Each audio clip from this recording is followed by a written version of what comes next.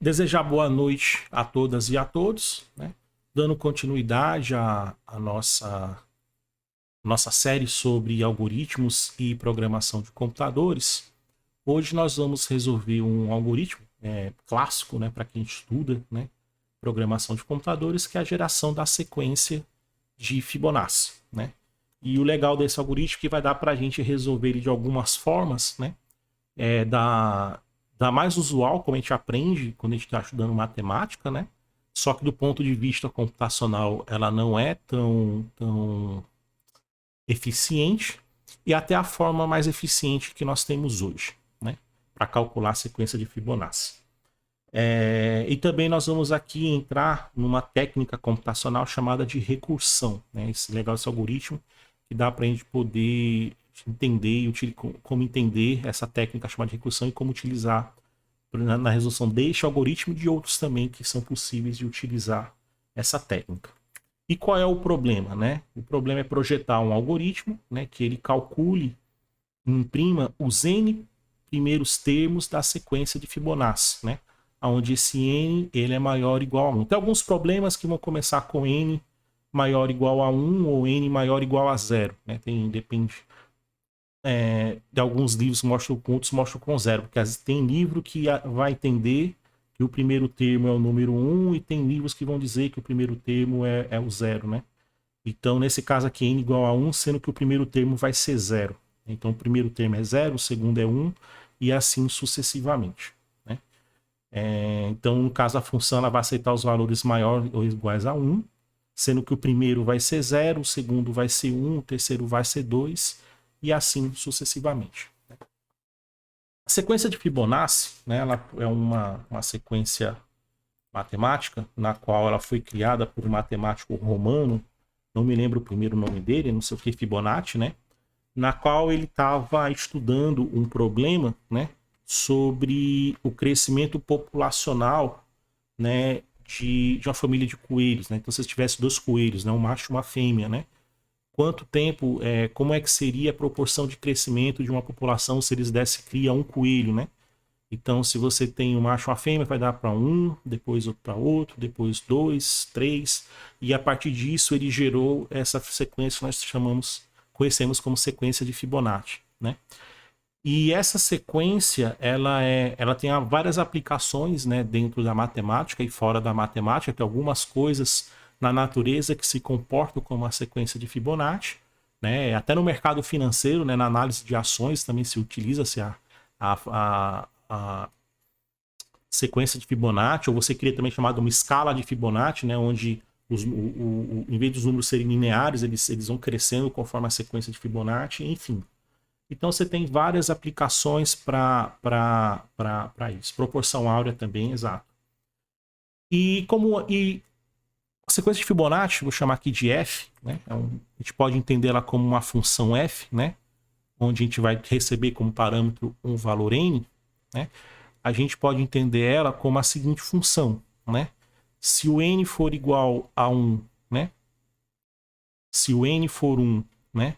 Então, ele vai retornar o valor 0.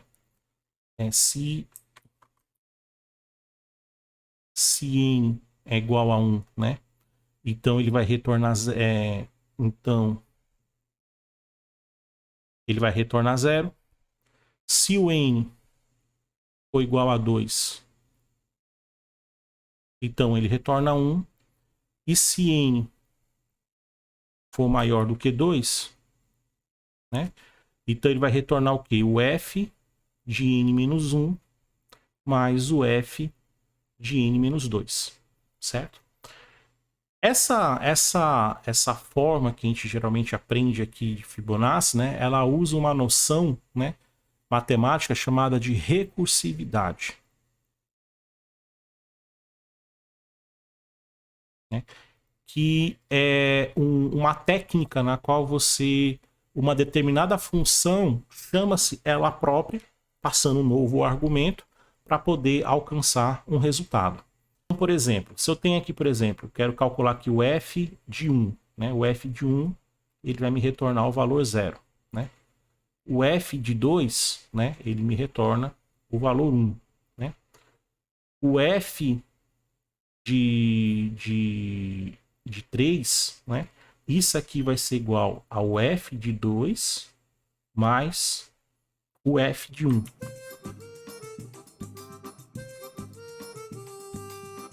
Opa, vovô, brigadão, brigadão.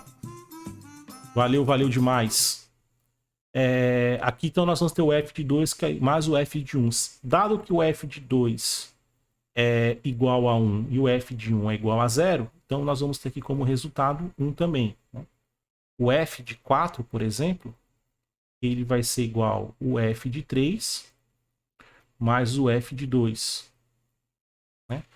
O f de 3, sabendo que a gente calculou aqui, ele é igual a 1 e que o f de 2 é igual a 1, então o f de 4 ele vai ser igual a 2. E aqui nós vamos seguindo toda a sequência de Fibonacci, certo? Então, para valores maiores do que 2, 3, 4, 5, 10, não importa, veja que eu pego a própria função, aqui Fibonacci 4, é o próprio Fibonacci de 4 menos 1, que é 3, mais o Fibonacci de 4 menos 2, que é 2. Né? E quem é o Fibonacci de 3? É o Fibonacci de 2 mais o Fibonacci de 1. Né? Então ele vai fazendo uma chamada que nós chamamos de chamada recursiva, a qual a função vai chamando a si própria, né? Várias vezes, até chegar... Valeu, Joel, pelo sub, brigadão. Até chegar um caso que nós chamamos de o caso base. Né? No nosso caso base aqui é esse aqui, ó, quando o f de 1 ele é igual a 0. E quando nós fizemos essas sucessivas recursões, em um determinado momento nós vamos cair no caso base. Ou nesse caso aqui ou nesse caso aqui. Geralmente a gente cai em um dos dois. Né? E quando a gente chega nesse caso aqui, né, a função ela começa a fazer o processo recursivo, que é de voltar o resultado. A gente pode visualizar melhor esse processo recursivo se nós construirmos da seguinte maneira, por exemplo. Eu pegar aqui, eu quero o Fibonacci de 5. Né? O Fibonacci de 5 ele é igual ao Fibonacci de 4 mais o Fibonacci de 3. Eu estou colocando aqui espaçado porque aqui a gente vai sair fazendo umas divisões. O Fibonacci de 4 ele é igual ao Fibonacci de 3 mais o Fibonacci de 2. Fibonacci de 3 é igual ao Fibonacci de 2 e o Fibonacci de 1. Né? E o Fibonacci de 2 ele é igual ao Fibonacci de 0 e o Fibonacci de 1. Então, para chegar neste resultado aqui, eu faço essa soma. Para chegar neste resultado aqui, eu tenho que fazer essa soma. Para chegar neste resultado aqui, eu tenho que fazer essa soma. Para chegar nesse resultado aqui, eu faço essa soma, que aqui Fibonacci de 3, ele é o Fibonacci de 2 e o Fibonacci de 1. E o Fibonacci de 2 é o Fibonacci de 1 mais o Fibonacci de 0. A gente monta desta forma aqui, que nós chamamos na computação de árvore. Né? Então, por fazer uma chamada recursiva... Obrigado pelo follow, meu querido. Tamo junto. Por ser uma chamada recursiva, né? Eu vou chamando funções, eu vou chamando ela própria, mudando o parâmetro de passagem. Nesse caso, esses do lado, sempre do lado esquerdo, estou diminuindo uma unidade referente ao seu pai. E os do lado direito, estou diminuindo 2 unidades referente ao pai, né? Então, como eu fazendo uma chamada, esse Fibonacci, ainda faltou aqui, ó. Esse Fibonacci de 2 é o Fibonacci de 1 e o Fibonacci de 0. Faltou colocar este aqui. Deixa eu ver se está faltando mais alguém. Tá, não. Pronto. A gente monta aqui toda essa estrutura, né, dentro de uma árvore, né, e vou fazendo essas funções recursivas. Então, o programa, a princípio, ele chama aqui Fibonacci de 4. Como fosse em termos de programáticos, né, Fibonacci de 5 vai ser igual ao Fibonacci de 4 mais o Fibonacci de 3. Como este cara aqui está à esquerda, ele vai ser o primeiro a ser executado. Aí Fibonacci de 4, ele vai fazer Fibonacci de 3 e Fibonacci de 2. Como esse aqui é o que está à esquerda, aí ele vem para cá. Aí ele vai fazer Fibonacci de 2 é igual a Fibonacci de 1. Na verdade aqui é 1 e aqui é 0. Né? Aí como Fibonacci de 1 é igual a 1, né? Aí ele retorna para cá o valor 1. Aí ele vai aqui, beleza, já tem esse lado aqui. Agora tem que subir para vir para esse lado de cá. Aí aqui ele retorna o outro, 1. E aqui ele retorna outro valor. Quando ele soma aqui, se eu ir para cá, aí ele volta para cá, desce esse outro lado da árvore e vem aqui para o lado esquerdo, calcula esse cara. Retorna o valor, pegando o valor do lado direito, soma e retorna para esse cara aqui. Agora ele tem os dois valores dos dois lados, ele calcula a si próprio. Como ele calculou esse lado da árvore, aí ele tem que subir para aqui pegando o resultado para ele poder executar este lado Fibonacci. É que ele desce para o lado esquerdo, né? Como não é o caso base, ele vai descer novamente para o lado esquerdo. Aqui é o caso base, no caso ele vai pegar o valor 1, aqui ele vai pegar o valor 0, que retorna 1. Como ele tem um valor do lado esquerdo, agora ele vai voltar aqui para cima para vir para o lado direito, vai pegar esse valor e vai somar para poder, no final das contas, ele calcular o f de 5. Então veja que ele começa vindo aqui totalmente para o lado esquerdo. Quando ele chega no caso base e resolve, aí ele sobe um nível para poder descer para o lado direito. Né? Se esse cara for um filho único, como esse exemplo aqui, simplesmente pega o valor dele, retorna aqui para esse nível acima, faz a soma, para que este cara aqui possa descer para o lado direito. Se houver filhos, ele vai descendo pelos filhos da esquerda, né, até chegar no nível base, e depois vai subindo para pegar os da direita, até ter todos os valores e chegar neste nível aqui que ele joga para cima, que é que ele desce para a direita. Neste caso aqui, eu tenho um filho à esquerda, então ele vem para cá primeiro. Como é um caso base, pega o valor, retorna, faz a soma e vai continuando todo esse processo, né? Então, essa aqui é a analogia de uma função recursiva do ponto de vista matemático. Da mesma forma, quando a gente cria uma função dentro do computador, né? Se a gente pega aqui, tem a memória RAM. Quando a gente cria uma função, né? O que acontece é que eu pego uma determinada porção da memória, né? E o código que ele fica dentro de uma função, ele vai ocupar uma posição de memória e ele tem um endereço, essa posição. Então, quando você faz um código lá que você chama essa função, né? O que acontece, o que o processador faz, ele vem executando aqui, aí ele dá um salto para a memória, ele dá um salto desta posição de memória que está o seu código natural e vai para o endereço de memória da função. Ele executa o que está lá na linha da função e quando ele termina ela, ele volta para esse ponto que ele havia parado para poder continuar. Então, a função, né, também é um espaço de memória, só que ela aguarda dentro dela um conjunto de instruções a serem executadas pelo computador. E quando a gente faz uma chamada de uma função, o que acontece é falar para o processador, olha, faça um desvio, né, do que você está fazendo aqui para este endereço de memória, execute as instruções que estão lá e depois retorne para cá. Esse retorno ele pode retornar um valor, né, ou ele pode retornar nenhum valor. Depende de como a função ela foi construída. Né? Se ela retornar um valor, a gente pode pegar esse valor, armazenar numa variável e ele continuar aqui a sua execução. Quando a gente faz uma função recursiva, né, o que acontece? A gente tem um código aqui que ele está sendo executado normalmente. A gente faz uma chamada para o endereço de memória da função e que depois ele faz novamente uma chamada para esse endereço de memória na função, né, onde ele vai passar um novo valor. E você vai fazendo vários encadeamentos nessas chamadas aqui. Né? Quando você chega no caso base, que ele vai começar a computar a função e ele vai retornando o valor dessa computação para cada uma das chamadas, até ele retornar em si para o ponto original que ele havia parado. Né? Então, cada vez que você chama uma função, a função em si, ele vai fazendo como se fosse empilhando. Né? Eu fiz uma chamada de uma função, vou fazer uma segunda chamada, uma terceira chamada, uma quarta chamada, uma quinta chamada, ele sai empilhando isso na memória, né? E quando você chega na última chamada que você alcançou o caso base, aí ele vai resolvendo e tirando isso da pilha de memória para voltar até o ponto que foi parado a execução do seu código, né?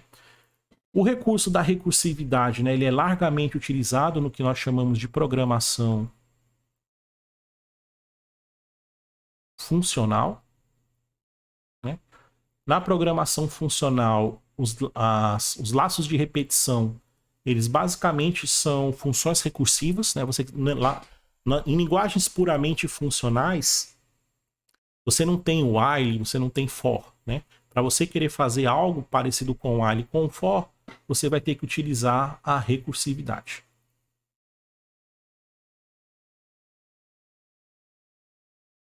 Isso, e essa forma de pensar é o que às vezes trava as pessoas quando eles migram para esse tipo de paradigma de programação. Boa noite, Dinossauro. Tudo bom, meu querido?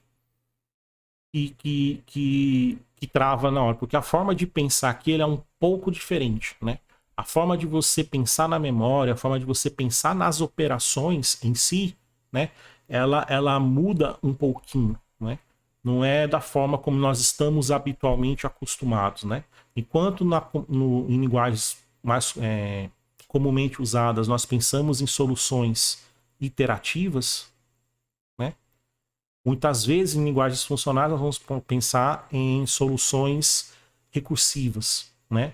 E pensar em recursividade não é uma coisa tão trivial. Até você pegar o jeito de pensar recursivo, né, demora-se um tempo. Mas depois que você entende como funciona a recursividade, você vê que é uma coisa muito linda do ponto de vista computacional, do ponto de vista matemático, e você consegue resolver problemas que de forma iterativa é um pouco chato de escrever, de forma recursiva ele fica simples de escrever, certo? Então, vou começar primeiramente a mostrando aqui Fibonacci, né, da forma recursiva, né? Vamos trabalhar aqui primeiramente de forma recursiva para ver como é que funciona. Então aqui eu já criei a pasta algoritmo 6, já o main.py, para a gente poder trabalhar. E eu vou criar aqui um método, né? Definir aqui o método, criar aqui fib, né? Passar aqui um valor n. Então, esse método aqui de Fibonacci. Aprender recursividade é mais prática do que teórica. Não, tem uma teoria também por trás, Juninho. Quando você pensa em recursividade, você tem que pensar em duas coisas, primeiramente. Toda vez que for tratar de recursividade, você tem que ter o seguinte. Você tem que ter em mente o seguinte. Qualquer problema recursivo, não importa qual seja, ele é dividido em duas partes.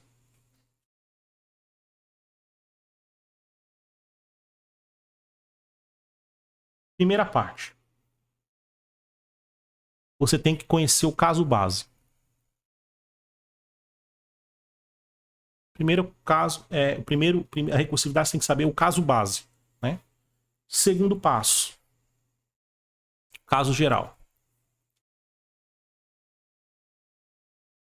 Porque a recursividade você vai ficar chamando a função várias vezes, né? Você vai ficar chamando a função várias vezes, né? Por exemplo, como eu falei, você fica aqui fib, vou programar lá em Python, vai lá, fib de 5, né? Isso aqui vai ser igual a fib de 4 mais fib de 3. Aí fib de 4 é igual a fib de 3 mais fib de 2. Aí você vai descendo isso aqui. Você vai ficar chamando essa função, mas vai ter um momento que ela tem que parar. Vai ter um momento que a chamada dela não vai ser chamar a si própria novamente. Vai ser retornar um valor. Esse caso de retornar um valor é o que nós chamamos de caso base, né? No caso, qual é o caso base aqui de Fibonacci? Por exemplo, fib de 0, quando passar aqui 0, isso aqui ele vai retornar 0. E o fib de 1, ele vai retornar 1. Então, no momento que nessa chamada recursiva aparecer um desses dois, em vez de eu chamar a função, eu vou retornar um valor. Né? Isso é que nós chamamos de caso base. Esse caso base tem que estar bem claro. Até que ponto eu vou ficar chamando a recursividade? Qual é o meu critério de parada? Eu vou parar em que momento? No caso de Fibonacci, eu vou parar ou quando esse valor de n for igual a 0, ou quando esse valor de n for igual a 1. Porque se ele for igual a 0... Desculpa, é que eu coloquei aqui errado. Aqui é fib de 1, que é igual a 0, e fib de 2, que é igual a 1. Porque a sequência é 0, 1, 1, 2, 3, 5, 8 e aí vai, né? Então esse aqui é o 1, esse aqui é o 2, esse aqui é o 3, esse aqui é o 4, 5, 6, o 7, aí vai, né? Então o caso base aqui, que é o Fibonacci de 1, que é o primeiro termo, ele retorna 0. E esse aqui, que é o Fibonacci, o segundo número de Fibonacci, ele retorna 1. Né? Então eu tenho que ter bem claro esse caso base. Né? E depois eu tenho que ter o caso geral. Qual é o caso geral? Enquanto eu não atingir o caso base, por exemplo, Fibonacci de n. Quem é o Fibonacci de n? É o Fibonacci de n menos 1 mais o Fibonacci de n menos 2. Esse aqui é o caso geral. Enquanto este n for diferente de 1 e de 2, eu vou ficar aplicando o caso geral. No momento que eu aplicar o caso geral e eu chegar em um dessas duas expressões, eu aplico o caso base e, em vez de eu continuar a recursão, eu vou começar a voltar a recursão para o início, resolvendo a si próprio. Ficou claro, Juninho Game? Em termos teóricos, é isso que você tem que pensar em recursividade. Você tem que ter sempre o caso base, bem definido, né? E o caso geral. Se você tiver o caso base e o caso geral definido, então você vai fazer uma chamada recursiva chamando o caso geral até que o caso base apareça nessas chamadas. E quando ele aparecer, você começa a retornar o valor. Essa é a parte teórica da recursividade, né? A questão é só você depois tentar generalizar isso para diversos problemas. Entendeu? Então a prática é como você aplicar esta teoria na resolução de problemas. Entendeu? Mas todo e qualquer problema recursivo, tu tem que ter ideia disso. O caso base e o caso geral. Se você não tiver claro o caso base e o caso geral, você não vai conseguir resolver um problema de forma recursiva. Que nem, por exemplo, vou pegar um outro exemplo aqui, a gente até resolveu anteriormente, vamos pegar aqui o fatorial. O fatorial é legal que dá para a gente ver aqui. Dá para resolver o fatorial, por exemplo, de forma recursiva. Então, por exemplo, 5 fatorial. 5 fatorial é igual a 5 vezes 4 vezes 3 vezes 2 vezes 1, né? Nesse aqui, 5 vezes 4, 20. 20 vezes 3, 60. 60 vezes 2 dá 120, né? Eu poderia fazer uma função. Qual é o caso base aqui, né? Qual é o caso base aqui? Nós temos que o fatorial de 1, né? O fatorial de 1, ele é igual a 1. Não tem o que calcular. Fatorial de 1 é igual a 1, né? Porque é ele vezes próprio, né? Então, o que a gente pode fazer aqui? Tem isso aqui como caso geral. E o caso base. E quem é o caso geral? O fatorial de n, né?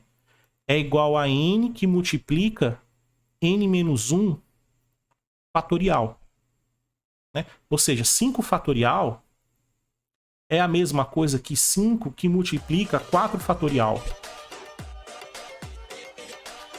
Xdida, obrigado aí pela raid, meu querido. Tamo junto. Então, 5 fatorial é igual a 5 vezes 4 fatorial. 4 fatorial é igual a 4 que multiplica 3 fatorial. 3 fatorial é igual a 3 que multiplica 2 fatorial. 2 fatorial é igual a 2 que multiplica 1 fatorial. E quem é 1 fatorial? 1 fatorial é 1. Aí eu começo a fazer o processo. Então aqui eu vejo que eu fui descendo. Isso aqui eu vou fazer um processo recursivo, né? Quando eu chego nesse passo aqui, o que eu vou fazer? Eu vou pegar este resultado aqui, ó, 1, e vou substituir onde está 1 fatorial, né? Lucas Bernardo, obrigado pelo follow. M Mineiro, obrigado pelo follow. E Alanzinho, obrigado pelo follow. Então aqui onde está 1 fatorial, eu vou substituir por 1. Então vai ficar 2 vezes 1, que isso aqui vai ser igual a 2. Então 2 fatorial é igual a 2. Aí eu pego e substituo aqui 2 fatorial por 2, que vai ficar 3 vezes 2, que é igual a 6. Então 3 fatorial é igual a 6. Onde está 3 fatorial aqui, eu substituo por 6, que vai ficar 4 vezes 6, que é igual a 24, né? E onde está 4 fatorial aqui, eu substituo por 24. Então 5 vezes 24, isso aqui vai dar 120, né? Então a ideia é você entender aqui o caso geral, né? O caso base, né? Caso base, que neste caso aqui do fatorial, fatorial de 1 é 1. Não tem o que você calcular. Fatorial de 1 é 1. Sempre, não importa. E o fatorial do outro número, o fatorial de n, fatorial, ele vai ser igual a n que multiplica n menos 1 para qualquer n maior do que 1. Tem isso aqui também, né? E aí você começa a calcular. E você pode fazer isso aqui de forma recursiva, né? Então a questão depois é como você visualizar um problema para você conseguir identificar qual é o caso base, né? É aquele caso que não tem o que discutir. O valor disso é isso. Não tem o que calcular. Já é definido. E o caso geral. E o caso geral, ele vai ser uma expressão matemática que, na caso, eu vou ficar chamando, ela vai ficar chamando a função si própria. Veja aqui, ó, que n fatorial é igual a n que multiplica n menos 1 fatorial. E que é n menos 1 fatorial? É n menos 1 que multiplica n menos 2 fatorial. E aí você vai fazendo o processo recursivo até você encontrar isto aqui, ó. Quando você encontrar isto aqui, você chegou no caso base, aí você vem resolvendo todo o processo. Beleza, Juninho? Dida, no final aqui eu faço a comemoração, viu? Porque eu tô só aqui no meio da apresentação, só para não atrapalhar aqui, tá ok? Mas eu não vou me esquecer da comemoração, não. Então pronto. Então aqui nós vamos começar então dada essa definição de recursividade, trabalhar aqui agora a implementação, né? Opa, aqui e aqui. Então tá aqui, vou criar aqui a Fibonacci. E o que eu vou avaliar? Vou primeiramente avaliar se o n ele é maior ou igual, se o n é igual a 1. Se o n for igual a 1, nesse caso aqui, né, o que eu tenho que fazer? Retornar 0, que é o primeiro número da sequência de Fibonacci. Né? Lembrando que eu estou trabalhando aqui com a sequência, né? Ó. Então aqui o primeiro número é 0, o f de 1 é 0, o f de 2 é 1, né? O f de 3 é 1, o f de 4 é 2, assim sucessivamente. Então, meus casos base aqui é 0 e 1. O f de 1 é 0 e o f de 2 é 1. Né? Então, voltando para cá.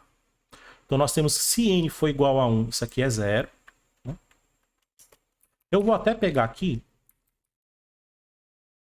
Esse elif no Python é o else if, viu? Eu vou até fazer assim, se n for menor ou igual a 0.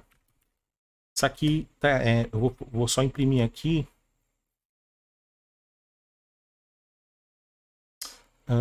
Print número inválido.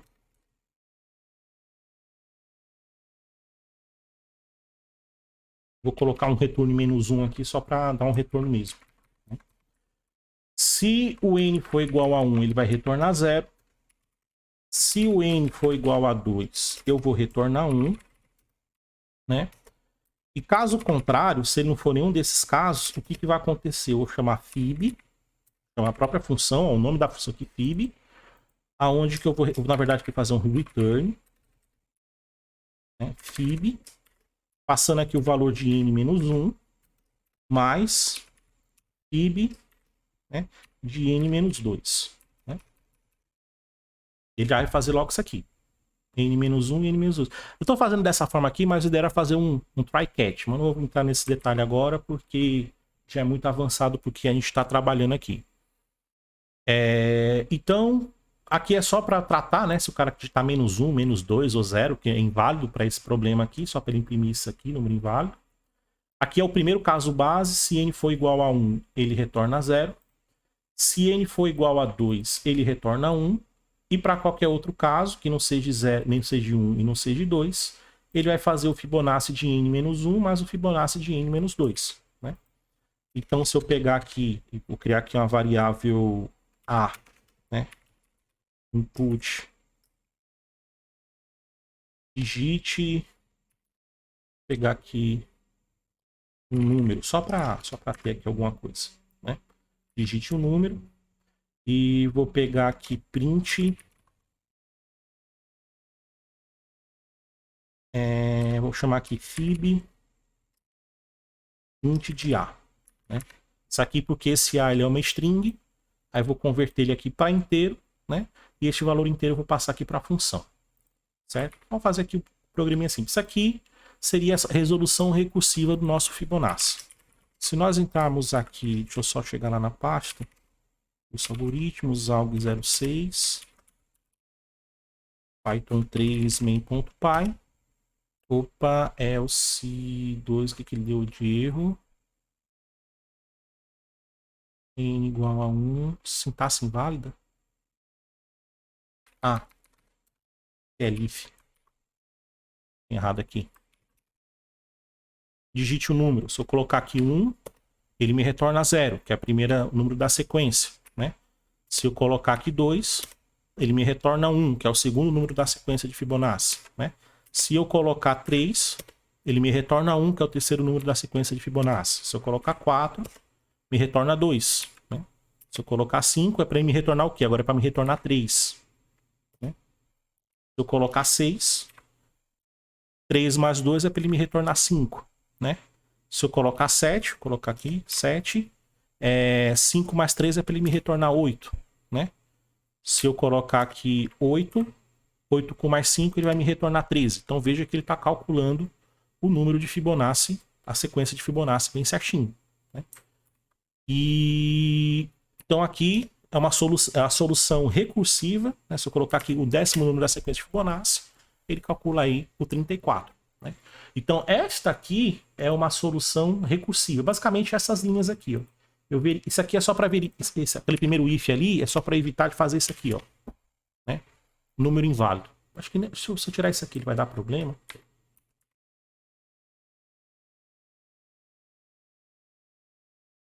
Número inválido, dá esse nome aqui.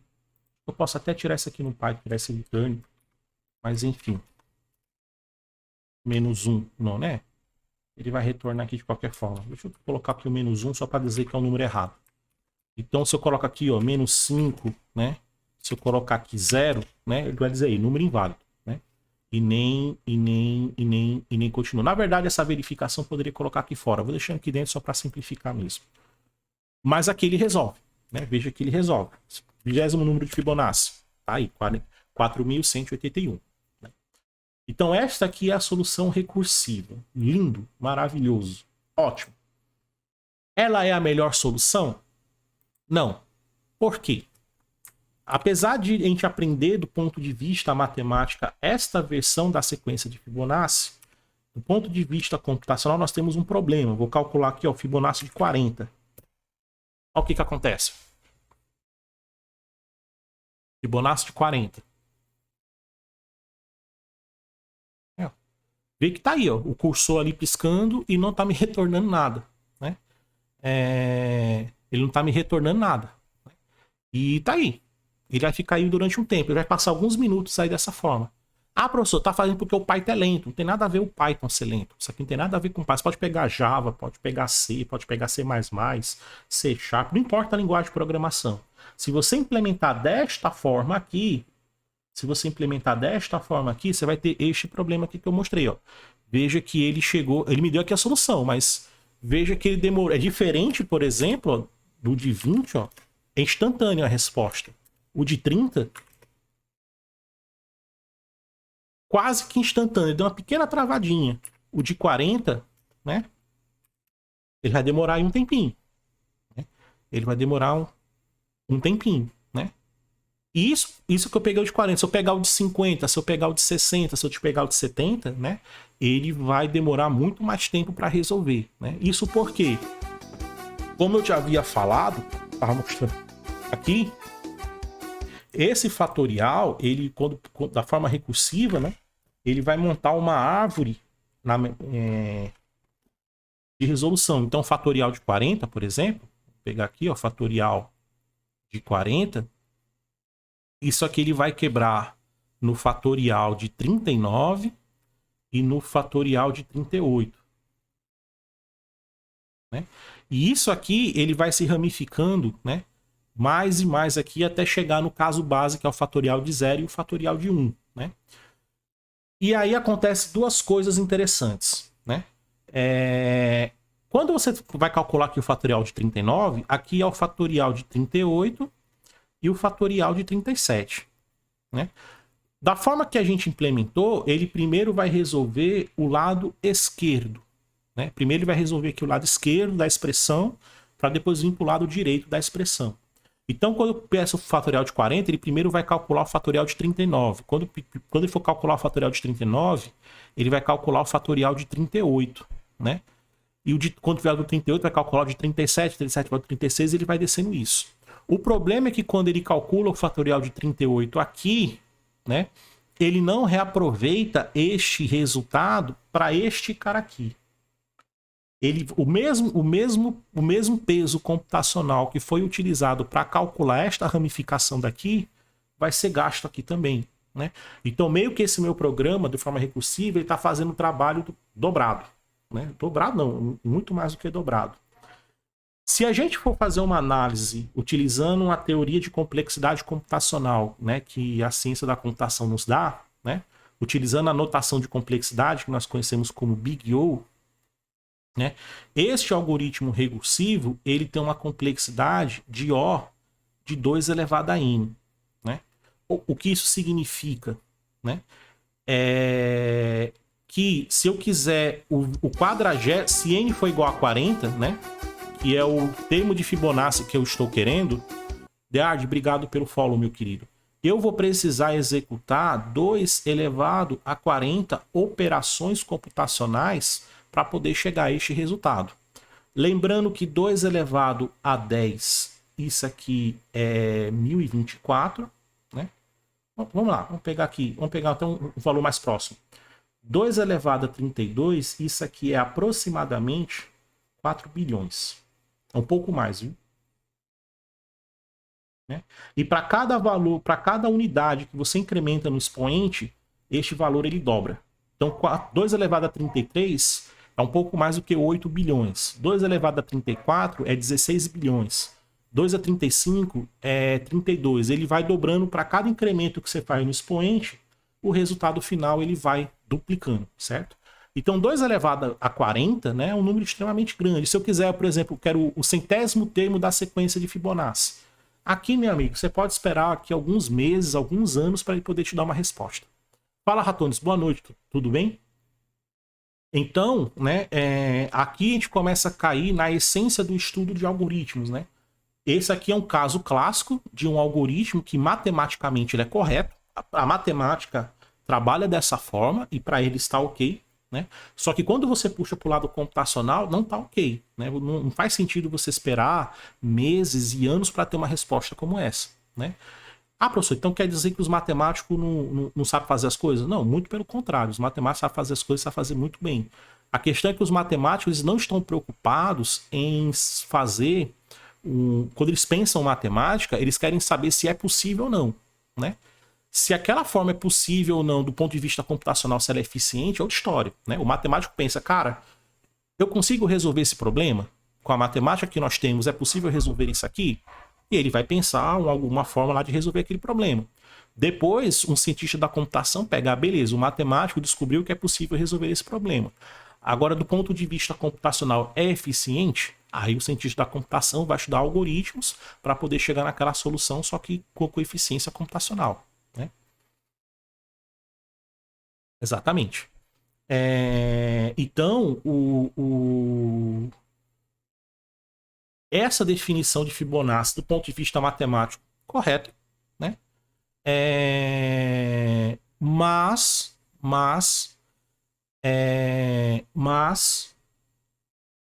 computacionalmente não rola, certo? Uma outra forma que a gente pode resolver o problema de Fibonacci, né, é fazer uma solução iterativa, né? Fazer uma solução iterativa. Eu vou pegar essa solução. Deixa eu pegar aqui. Fazer o seguinte. Vou comentar isso aqui. Vou comentar isso aqui, né? E vou reescrever aqui embaixo. Def de Fib, né, de N. A gente pode pensar o seguinte, ó, eu posso pensar o problema de forma iterativa, né? Em vez de fazer recursivamente, vou pensar de forma iterativa. Como é que a gente pensaria esse problema de forma iterativa, né? Lembre que sempre o número de Fibonacci ele é o resultado das somas dos dois termos anteriores ao termo atual. Então, se eu quero o quinto termo de Fibonacci, o quinto termo ele é resultado da soma do quarto com o terceiro, né? Então, o que a gente vai fazer? Então, aqui eu vou pegar também, eu não vou nem me preocupar com esse caso aqui de menor que zero. Vou preocupar só com o caso principal. Eu vou verificar aqui, ó, se o n for igual a 1, né, eu vou retornar zero. Isso aqui eu já vou parar aqui. Na verdade, se não, o que eu vou fazer? Eu vou criar uma variável A, que ela recebe 0. Vou criar uma variável B, que ela recebe o valor 1. O que é esse A e esse B? Esse aqui é o primeiro termo da sequência de Fibonacci. E este aqui é o segundo termo da sequência de Fibonacci, né? Primeiro termo é 0, segundo termo é 1, né? E vou criar aqui uma variável I, que vai receber o valor 2, né? Porque aqui é o primeiro termo, né? Então esse else ele vai calcular do segundo termo em diante. Então esse i, ele está representando dentro do meu algoritmo qual é o termo que eu estou calculando nesse momento. Então eu vou começar a partir do segundo, porque o primeiro termo é o caso especial, é o caso base. Se n é igual a 1, retorna 0, não tem o que fazer, né? Agora, se for o segundo termo em diante, aí eu vou fazer isso aqui de forma iterativa. E como é que eu vou fazer isso aqui? Enquanto o i ele for menor do que n, né? Enquanto o i for menor do que n, o que eu vou estar fazendo? Eu vou fazer aqui que o valor de i ele vai receber ele mais 1. Né? Eu vou incrementar o valor de i. Vou criar a variável c, que vai ser o resultado de a mais b. Ou seja, o próximo termo da sequência de Fibonacci é a soma dos dois anteriores, que é o a e o b, que é os casos bases. E aqui o a, eu nesse momento vou fazer ele receber o valor de b.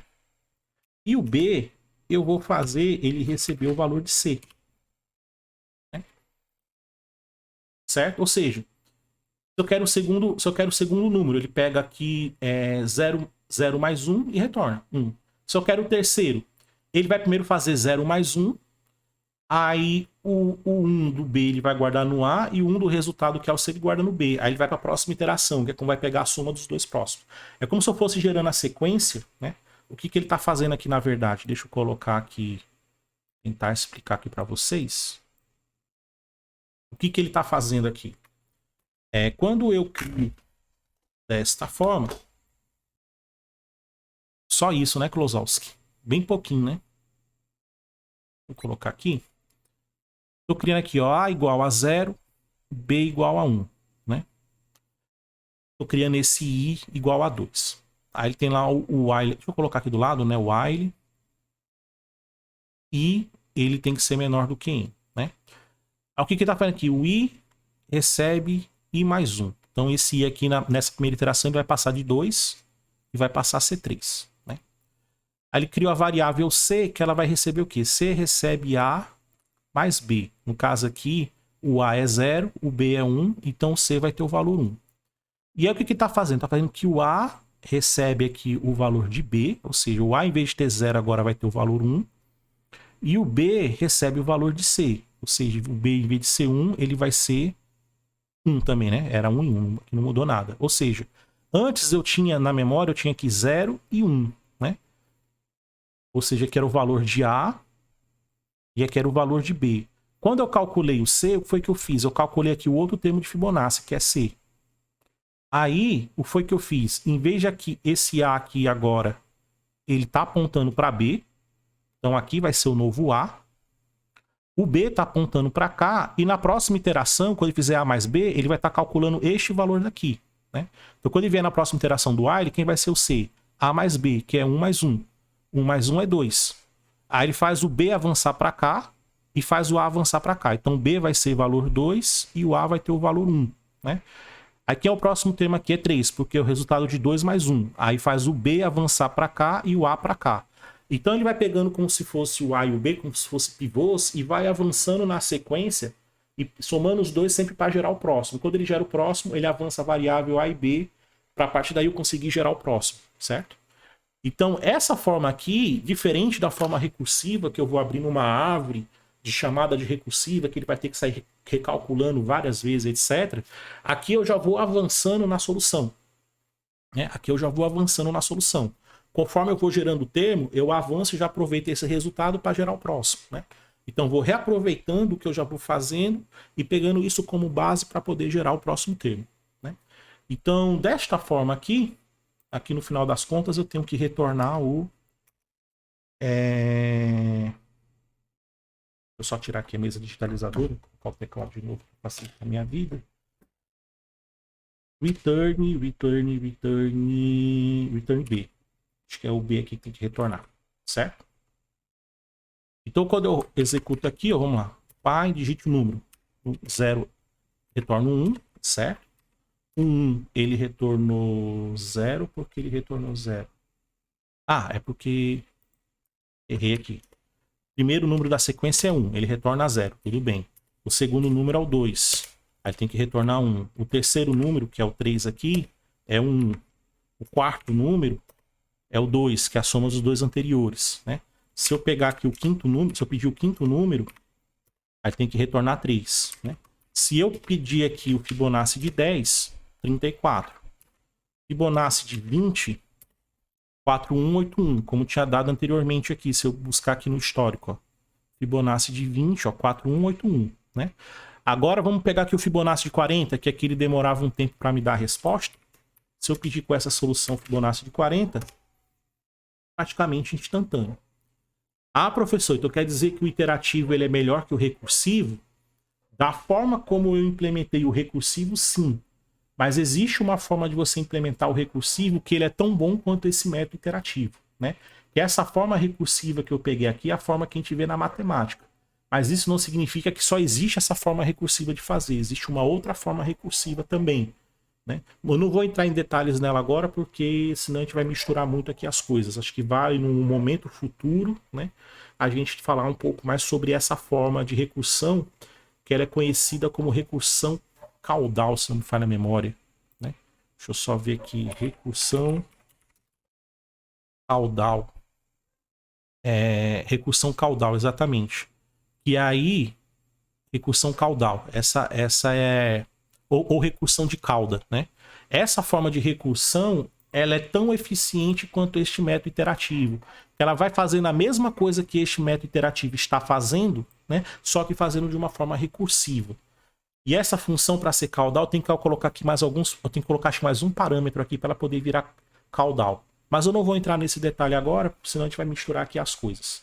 Mas desta forma que foi implementada aqui a função recursiva, ela é computacionalmente menos eficiente do que esta forma aqui. Apesar de ambas chegarem no mesmo resultado, esta forma aqui ela é mais computacional, ela é mais eficiente do ponto de vista computacional. Enquanto esta forma aqui que eu implementei, ela demora, a nível de complexidade dela, deixa eu só voltar para cá. Enquanto a forma recursiva que eu implementei aqui, né, e ela não é uma forma eficiente, só deixando isso bem claro, essa forma recursiva que eu implementei não é uma forma eficiente, existe uma forma eficiente de fazer isso, né? Então ela seria complexidade de O de 2 elevado a N, né? Essa primeira aqui que eu fiz recursiva, deixa eu até colocar aqui, ó, deixa eu até fazer assim, ó. Com recursão, a complexidade é O elevado a O de 2 elevado a N. A iterativa que eu implementei,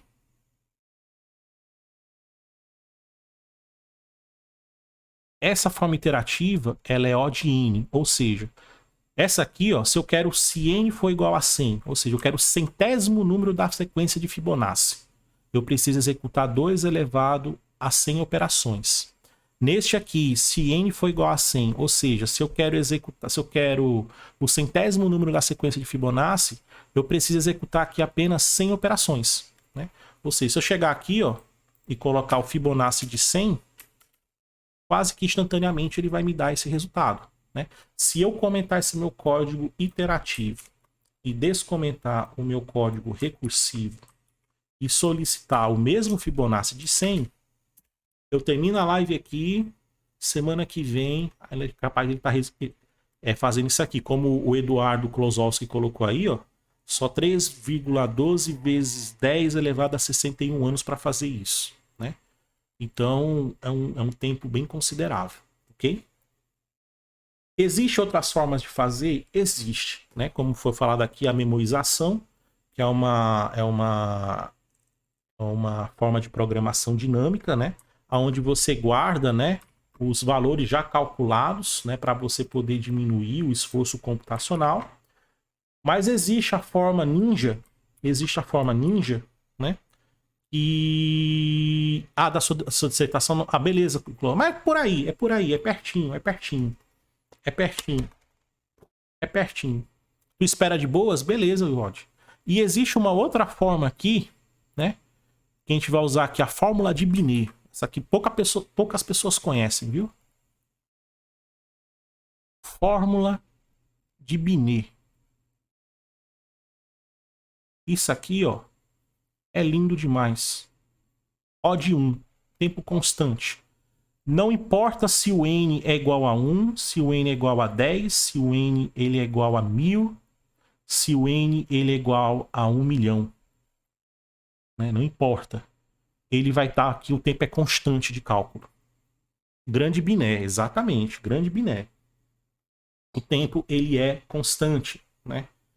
É aí que novamente volta, né, a importância da matemática. Por que ciência da computação vê muita matemática? Porque muitas soluções computacionais elas são construídas, né, baseado em formulações matemáticas. Os caras pegam um problema e tentam encontrar ali alguma forma, algum padrão matemático ali de resolver esse problema de forma mais rápida, né, de forma computacionalmente eficiente, né? Como é que a forma de Binet, né? Fórmula de Binet. Fórmula de Binet é um negócio muito lindo, né? Eu vou comentar essa aqui também, ó, e vamos colocar aqui, ó. Vamos colocar aqui, ó, Fib, def de Fibonacci e N, né? Como é que, ó, só que, ó, return, eu coloco assim, ó. Eu coloco assim, return, né? Vamos lá. Então, vou montar aqui a expressão 1 que divide raiz quadrada de 5. Deixa eu só fazer aqui um import from math import sqrt, só para ter a função de raiz quadrada. Vou precisar aqui da raiz quadrada. Então, raiz quadrada de 5, né? Mais, que multiplica, é assim mesmo? Exatamente.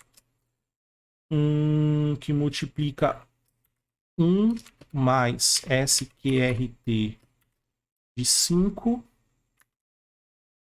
Isso aqui dividido por 2 e elevado por n, né? Menos, vou copiar isso aqui, porque é praticamente a mesma coisa.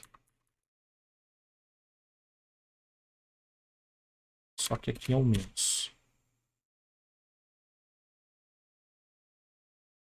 Bom, deixa eu até expandir aqui um pouco mais o Visual Studio Code para a gente ver a fórmula completa, né? Essa fórmula aí que eu estou escrevendo, ela é isso aqui, ó.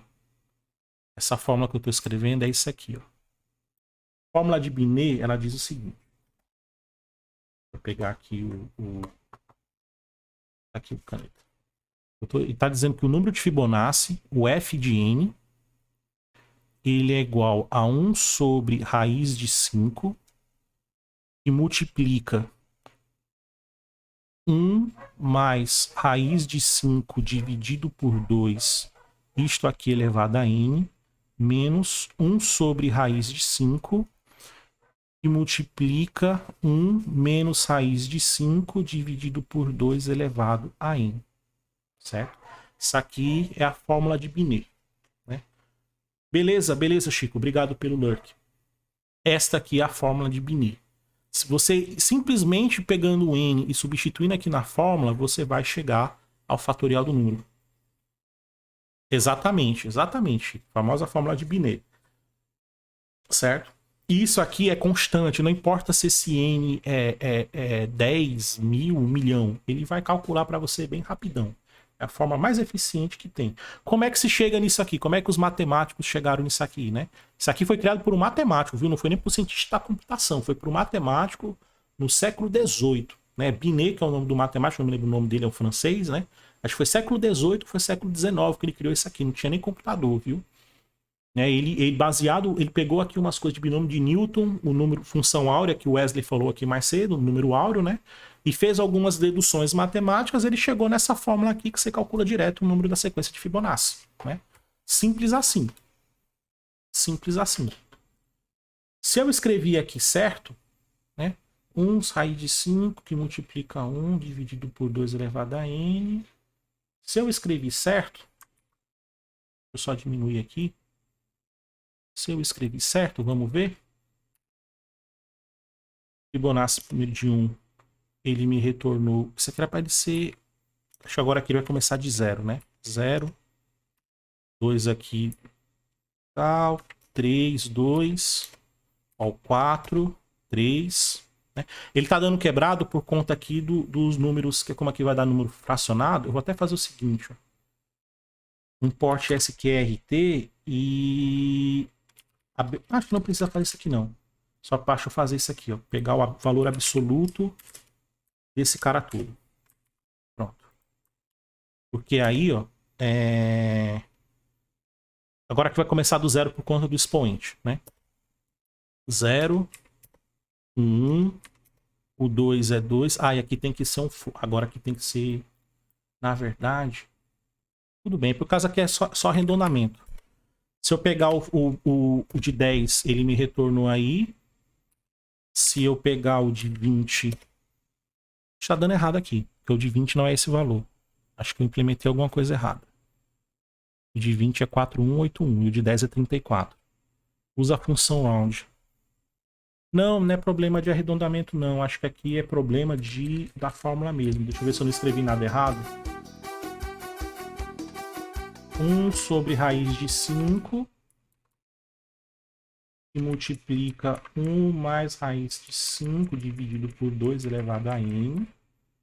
Deixa eu só pegar isso aqui, colocar entre esses parênteses. 1 raiz de 5 e tem essas frescuras. Porque senão ele vai querer fazer a potência aqui antes de resolver essas coisas. Só ver se... 1, 2, bem... 3, 4, o 5, 10. Tá aqui, tá dando errado. Eu fiquei tipo... Ah, sim. Não, é daqui do meu PC esse som. Ah, então agora... Será que eu... Deixa eu ver se eu peguei a fórmula certa. Agora... Fórmula Binete Fibonacci. Fórmula Binete Fibonacci. Fórmula de Binet. Deixa eu pegar aqui, é que deve ter.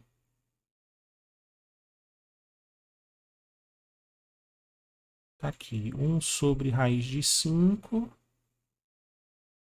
Mais 1 mais raiz de 5 dividido por 2. Isso aqui elevado a n. Menos 1 raiz de 5.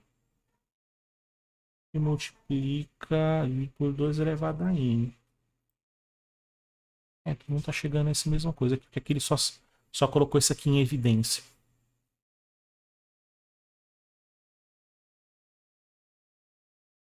Raiz de 5 e multiplica este aqui, positivo, 1 mais raiz de 5 sobre 2. Aí isso tudo aqui, né, eu elevo a n, beleza. Menos este cara aqui novamente, 1 sobre raiz de 5 e multiplica 1 menos raiz de 5 sobre 2 elevado a n. Não, tá certo aqui. Agora por que ele não tá dando o resultado certo? Porque meu Binet tá falhando.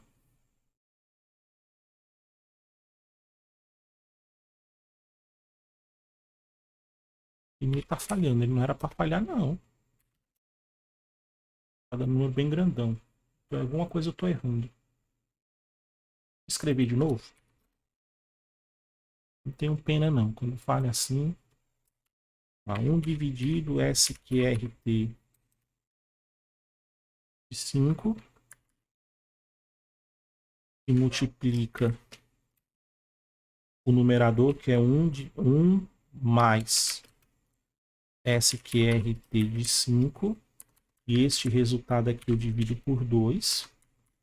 E por fim, este resultado aqui eu elevo a enésima potência menos essa mesma coisa aqui, só que aqui em vez de mais é menos.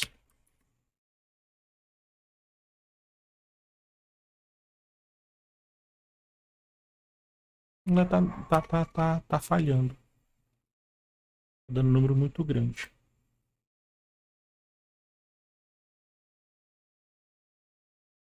Binet falhou, olha que legal, mas falhou que deve ter alguma coisa que eu estou fazendo errado. Alguma coisa que eu estou fazendo errado.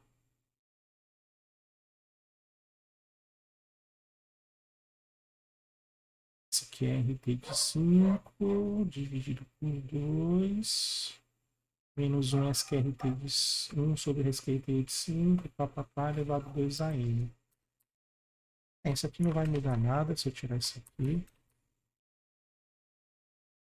O binezão aqui, vamos ver. Não, tá dando engraçado.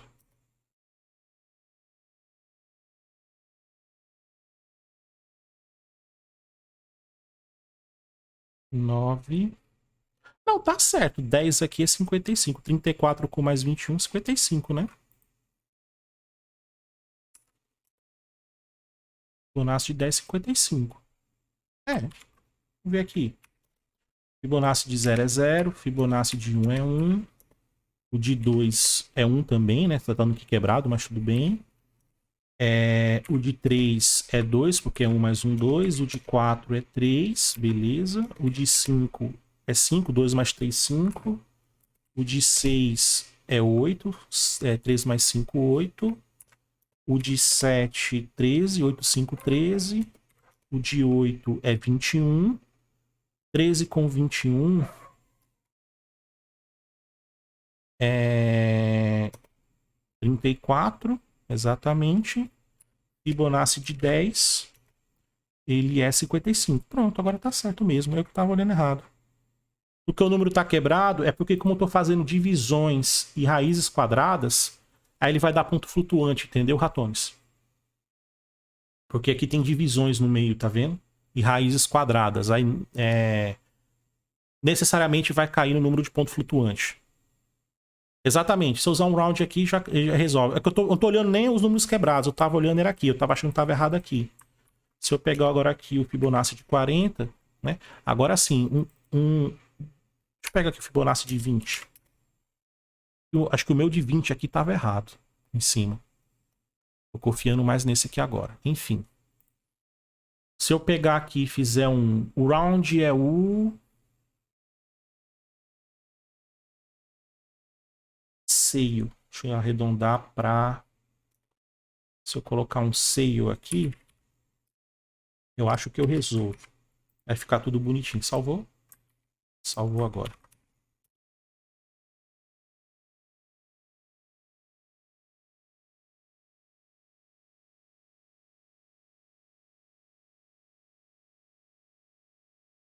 Eu não salvei o arquivo, né?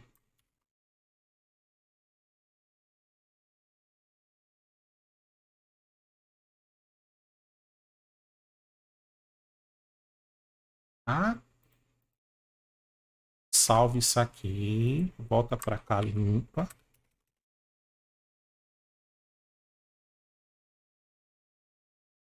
Pronto, tá aqui, ó. Sem um arredondado. Já com o valor arredondado.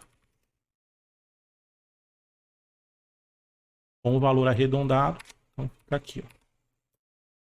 Fibonacci de 100. Aí ele dá Fibonacci de 1000. Aí aqui faltou memória. Overflow aqui faltou memória RAM. Superei o que o Python consegue representar. Se eu colocar 10.000, vamos lá. 10.000 ele também eu supero.